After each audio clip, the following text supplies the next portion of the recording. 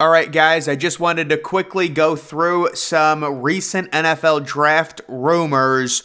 What's going on with the number one overall pick? Let's get right into it from Twitter. We've got NFL Rookie Watch saying the Colts GM said he's willing to do whatever it takes to trade up and select a top QB in the draft. Of course, the Colts have the number 4 overall pick. And guys, just a little message here. When it comes to Twitter accounts like NFL Rookie Watch, things like this, they've really made a decent little cottage industry out of, buying up that little blue check mark that you can buy now with Elon in and kind of, acting like an actual news source when they really just report on random rogue rumors. Could the Colts trade up to number 1? Absolutely. Will they? I mean, you're going to have to flip 50 different coins at this point. It's just unknown. You've got teams like Tennessee. You've got teams like Houston who also could be looking at the number 1 overall pick. It's very important to understand we haven't even hit the combine. We haven't had interviews yet. We don't even know if Bryce Young is the consensus number 1 quarterback. I do think we will get clarity around who the top quarterback is, who I currently have as CJ Stroud, due to his height, due to his accuracy, due to his arm strength. I've got CJ Stroud at 1, Bryce Young at 2, Will Levis at 3. But could the Colts trade up to 1? Yes. These things are really just tweeted out, though, to get the overall mentions, to get the tweet engagement, the quote tweets, whatever. It is important to note on that. If the Tennessee Titans do trade up for the number 1 overall pick, which QB would you take? You can see Bryce Young or CJ Stroud. So this has been floated out there recently. The Tennessee Titans right now, a little bit quarterback influx. Would they actually give up on Malik Willis, the 3rd round pick, this early when really he's barely been given a chance? We've seen a number of rookie quarterbacks look like completely different players, going from their first year to their sophomore year. Jalen Hurts is a perfect example of this, but you can see Bryce Young versus CJ Stroud. That's pretty common. About 62% of the people think Young over Stroud, although it is close, and of course that could change with the draft. Okay, let's say the Seahawks had the number 1 pick in the draft. Would that change your opinion at QB? Would you still want to keep Geno at QB and use the pick on defense or trade down? I think I would stick with Geno. No QB I am that in love with. So, yeah, guys, I really have a hard time believing in Geno Smith at this point. He's had 1 good year. I don't know if we've seen anything quite like Geno, where a quarterback is virtually like his career is dead and it's been dead for half a decade and he completely resurrects it. Can you trust Geno Smith to really be a top 10 quarterback next year? I'm going to say no. And the Seahawks are in kind of a weird spot where, you know what? I actually do think the Seahawks have 2 first-round picks next year as well, because they got it for the Russell Wilson trade. So maybe if you're Seattle, you go full team build mode. And if, the one thing I would not do is give Geno Smith a massive contract. I would say, I'll give you a 3-year deal with a team opt-out after the first year. And it'll be a big deal. I mean, it'll be like $30 million per year. But I'm not tethering anything to Geno Smith. I just can't trust him. It's been 1 good year after like 10 bad years. NFL draft rumors. These are some different trades. And guys, what in the actual hell is this? So the Houston Texans trading up 1 spot. They're trading from 2 to 1. And you're telling me they have to give up 12 and 34, a mid-first round pick, and an extremely early second round pick. It says the Texans will likely not want to give up so much. Yeah, no kidding. This is not realistic at all.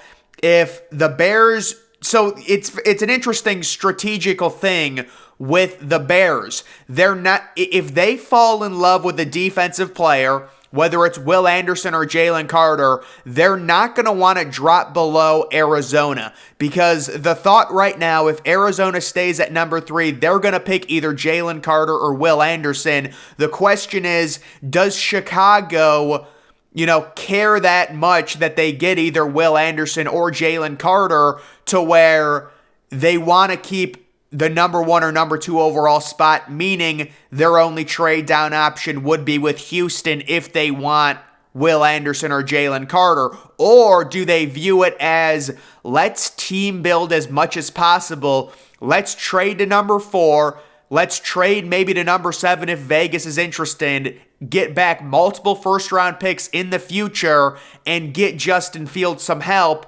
It's an interesting scenario. And then you can see this option here, Indianapolis giving up 435, a first and a second rounder. I would say that's a little bit more realistic, but even that, I would say, is maybe 1 second rounder too much. I would think a more realistic thing would be the 4th overall pick, a 2024 first rounder, and a 2024 second rounder, and also maybe a 2022 third rounder, rather than both first and both second to move from 4 to 1. The Colts are a team that people think they could fall in love with Bryce Young. They could fall in love with C.J. Stroud. It's all speculation at this point, but that is an interesting option there. And then you have the Raiders, possibly moving from 7 to 1. I think this is probably off the table. They're really zeroing in on Aaron Rodgers. You've got Davante Adams coming out and saying, listen, he wants Aaron Rodgers. He's making it publicly known. They're leaving clues. You've got Aaron Rodgers golfing, leaving clues that he wants to be in Vegas. They would be giving up the number 7 pick, the 39th pick, and then a first rounder in 2024 and 2025. Vegas is really in desperate need of like a win-now quarterback. They have the offense. Really, they have no business giving up this much draft capital. They have 0 secondary. The problem with the Raiders, if you're going to trade for Aaron Rodgers, what do you give up for him? Because Aaron Rodgers does this thing every year where he says he might retire. So are you really willing to give up 2 or 3 first-round picks for a dude that might retire after 1 year? I mean, you would have to get a commitment from Aaron Rodgers that he is going to be your quarterback at least for the next 3 years, in my opinion, to really pull the trigger on giving up multiple assets for Rodgers, because this is a Raiders team that really needs serious secondary help, and they also probably need an offensive tackle. Surprise team looking to move up with the Bears to number 1 in the draft. And apparently that surprise team, it says here in a tweet, it says here the Bears have already received offers from 2 teams for the number 1 overall pick, and neither is Houston or Indianapolis. Update: one of the teams inquiring about the number 1 overall pick is the Tennessee Titans. So that would be an absolute mega jump to go from 11 to 1. And it's funny because I saw a proposal that just, to me, has no chance of getting accepted by Carolina, with the Bears getting number 9, 39, 61, and another first. Carolina would have to give up even more than that. To me, I think Carolina's most realistic option is Will Levis, and it would be a move from number 9 to number 5. You would move to 5, you would trade with Seattle, and if you're moving from 9 to 5, you could possibly keep all your first-round picks and just give up multiple second-round assets if you're going to do that. And that's the idea, that Indianapolis is inside the top 4. They're going to draft a quarterback. Houston is inside the top 2. They're going to draft a quarterback. You would have to move to number 5 if you want to get that third QB, which is probably going to be Will Levis at this point. He's the consensus QB3. This is all subject to change. I think Will Levis has gotten a lot of pretty dumb hate from very casual people who actually, for some reason, compare him to Zach Wilson when really he's nothing like Zach Wilson. I mean, I was someone back 2 years ago, I said, I have no clue what people are doing ranking Zach Wilson ahead of Justin Fields.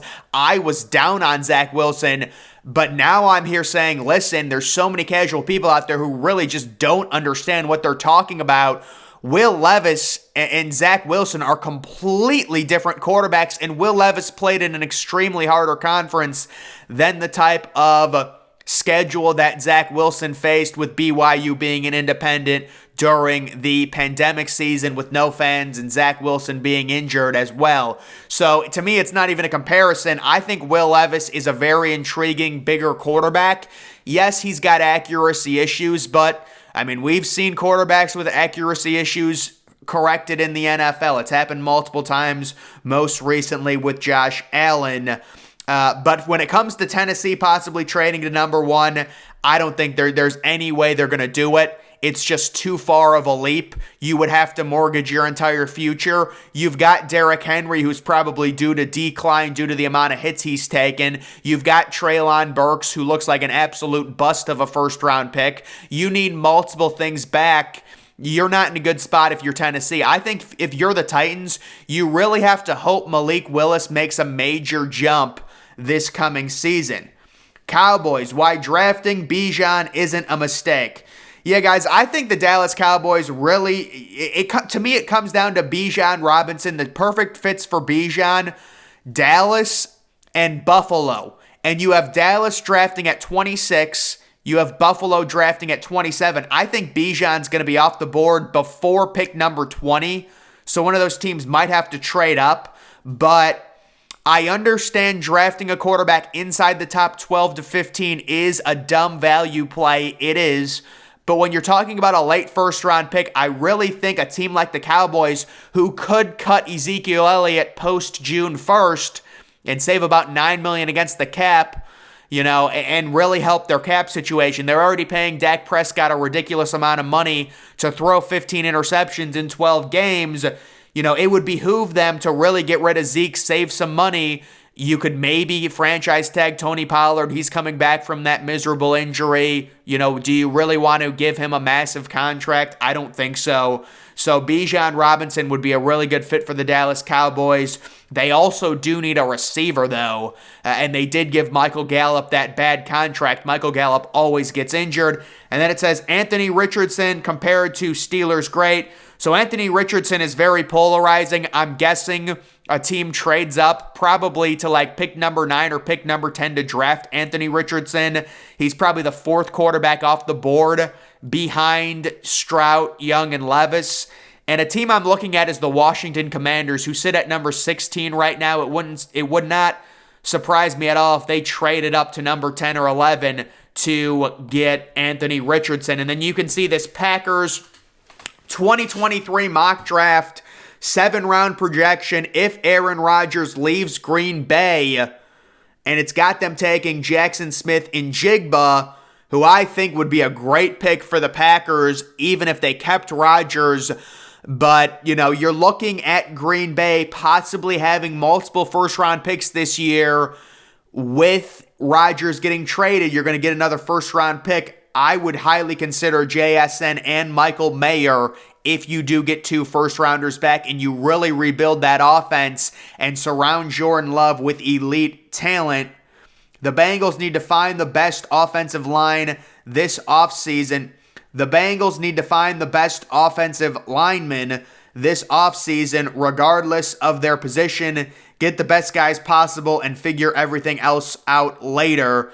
So yes, I do think there is significant dialogue when it comes to the Cincinnati Bengals trading T. Higgins. T. Higgins wants a massive contract. The Bengals will not be able to support it because they're going to be tethered to both Jamar Chase and Joe Burrow, who are going to have record-breaking deals when their rookie contracts are up, and you cannot support 3 massive offensive deals without your defense being a complete mess. So if I'm Cincinnati, I'm looking at this point to trade T. Higgins and immediately draft his replacement.